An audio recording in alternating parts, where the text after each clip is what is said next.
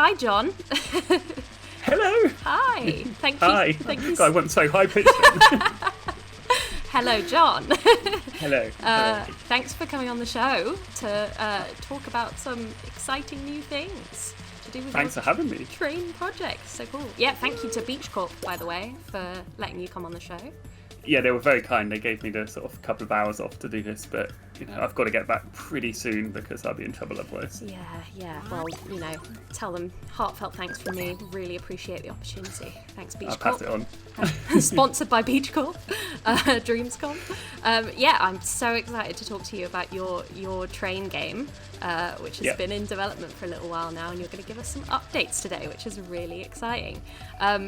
Well, the first big one actually is that you're going to reveal the name of your project. Is that right? That's right. Yeah. So it now has an official name, which is Tren, spelled Tren. So yeah, that is now the official name of this project. Where did that come from? Tren. I've got a bunch of friends, as many people do have a bunch of friends, a particular bunch of friends, and we all refer to each other as friends, like Frens instead of with the I and the D and stuff.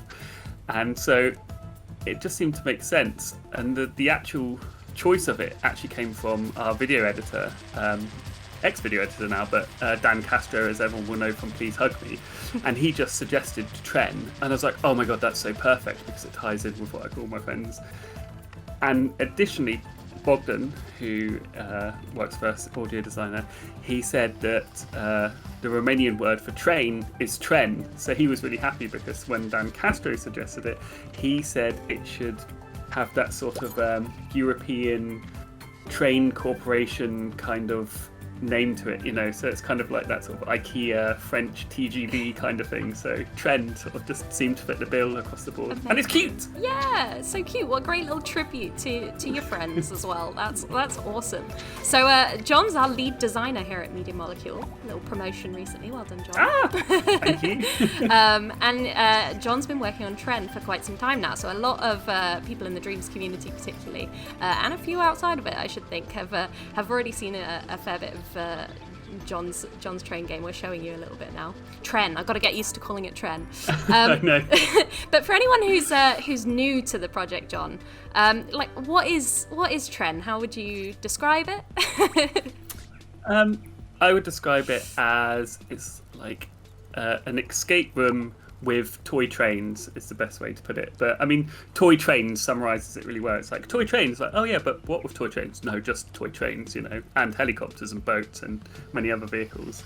But it's just that sort of miniature world that you kind of really want to dive into and sort of play around with. But from a sort of gameplay point of view, you're driving around in your little toy trains or helicopters, and you're completing little delivery missions or rescue missions or speed challenges. There's a whole bunch of gameplay in there.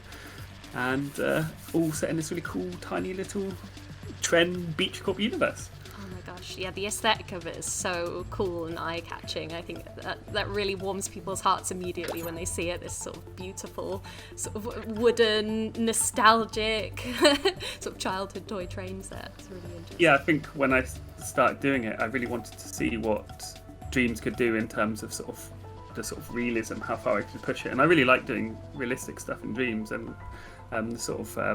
the rendering engine for Dream really lends itself to that, but we haven't seen too much of it in a way, especially not in a sort of miniature setting. So I started pushing, looking at different case studies of materials like the plastic that the trains are made out of, with the mold lines and the injection ports and all that kind of stuff, and the little scratches and dust, and the wood with the grain, and some of the levels are set in realistic environments, which is actually kind of based off my house because I'm renovating my house at the moment, and it kind of looks like some of the levels that are in the game. So I've got lots of visual aids around me to make sure I'm getting it right. Right. Is that kind of where the idea for making a toy train game came from, in that it's, you could have fun with all that realistic wood and, make it in a sort of stylized setting, or was there another reason that you wanted to make a game about a toy train set? It sort of came about because I wanted to make something small and miniature. I like playing miniature role-playing games and stuff, so it kind of seemed like the obvious choice. And initially, I was going to make it like a if anyone knows anything about model trains. I was going to make like a 00 gauge thing, you know, of like the little sleepers and metal tracks and all that kind of stuff. But the physics in Dreams, although brilliant, isn't great for that kind of thing, especially not when it's on rails. So I instantly fixed that just by making it a wooden toy train, which is a bit more like loose and jiggly. I was like, haha, I've solved it, you know. So really it was just like an optimization, and plus you don't have to have like the thermometer with lots of little sleepers and the separate bits of track, so it saves on thermometer, because I knew I'd want to build like really big, complex, expansive layouts. So really it was a sort of matter of functionality really over form. But obviously the form is really cool as well. It's like a case study in sort of wood and plastic and stuff, so that was really cool. But yeah, it's a combination of what I needed for the project and also what I thought would look cool. Like a real creativity through limitations kind of thing, yet again. yeah, exactly that. Dreams is good for prodding at that, I think. But yeah, we've seen a bunch of it already. You did a stream sort of last year around DreamsCom time where you showed off a bunch, and of course on your Twitter feed where you post little sort of video updates now and again. So yeah, it's I guess been about a year since we had our last sort of big look at it. Is that right? That's right, yeah, about a year, other than the small little updates. But yeah, a lot of work has been done since then. I've been hard at work beavering away for Beech Corp. You know, we've got lots of new vehicles, loads of new unique track pieces, lots of levels are starting to get built, stuff like that. But it's definitely still very much work in progress. But it's at a really cool, exciting stage at the moment. And what about sort of like new features? Because we've already seen so many like fun little logic gadgets and stuff like that. And yeah, like are there any sort of big new gameplay features you've added over the past year or you've been tinkering at? I wouldn't say big. There's lots of sort of incremental features. So there's loads of new track pieces that are interactive, like seesaws and lifts and bridges and different kinds of turntables and all these kind of things. And the really cool thing about it is that the more pieces I make, because they obviously fit together, you know, like a train set, they all join together in unique and interesting ways to make completely new bits of gameplay. And I'm only just starting to sort of scratch the surface of that now, these sort of compound gameplay items. So it's at a really exciting stage at the moment, and I can't wait to sort of show more video and stuff soon. Right, because you know, I've been poking around, having a little look at your stuff, and it's really interesting seeing how different elements combine to create whole new challenges. So the meat of the game, you've got a series of challenges, right, that you're asking of the player. Like what kind of things will that involve? Kind of physics puzzles, I guess, right? Yeah, absolutely. So when I first started making it, I built it in this sort of like blank, clean environment, which was just like a quick thing I could do so I could work on it. But it really lent itself to focusing so much on the sort of gameplay and the sort of puzzles that I really started channeling down that way and sort of making it really pure about very quick 30 seconds, 1 minute sort of gameplay moments, and straight on to the next one, you know, just like done, and you get like a certain amount of like score, you know, and you can progress on to the next thing. But that's just one part of Tren. There's other parts that I'm working on, which we'll perhaps reveal later. You know, different types of gameplay and stuff, which is really exciting. So I can't wait to show more of that. But yeah, at the moment, lots of sort of little speedy, quick, skill-driving, puzzly challenges. That's the main focus at the moment. So exciting.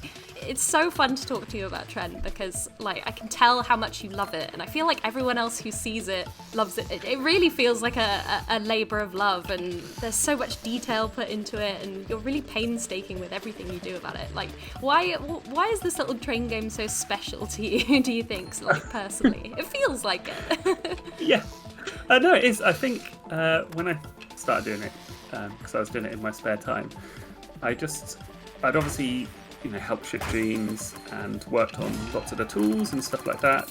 And then I did a bit of the design for ArtStream, but not too much. And I've done a few projects since Dreams had launched, you know, various things, like the recently announced Barbican stuff. That's really cool. But I just really wanted to get my teeth stuck into like a game. I just really wanted to design a game, and I wanted to do something that was small enough that I could do, that could also be sort of AAA quality in terms of finish and polish. So jumping on the train game, I thought that's really cool because it's expansive. You know, if I stop at any point, I can carry on later and add more track pieces, you know, new vehicles. So it sort of allowed me to really push the detail and the polish and the precision on all the bits in there as much as I wanted, and I can sort of stop when I need to release, which is really exciting. But it's just it's become such a labour of love now. I love every aspect of it, you know.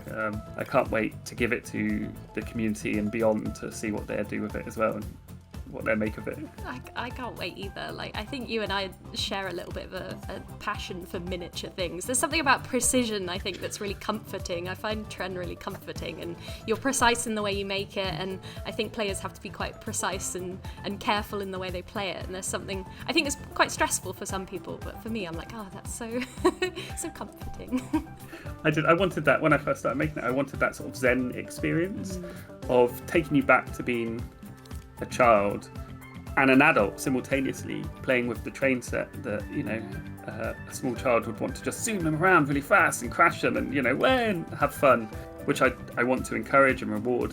But I also want that sort of adult fan of trains, you know, where you want to go around really carefully and, you know, perfectly load up each bit of cargo and then deliver it perfectly, you know, that kind of stuff. So I wanted to cater to both sides simultaneously, which is where the appeal comes to me from, I think. Yeah, me too. I think it's working.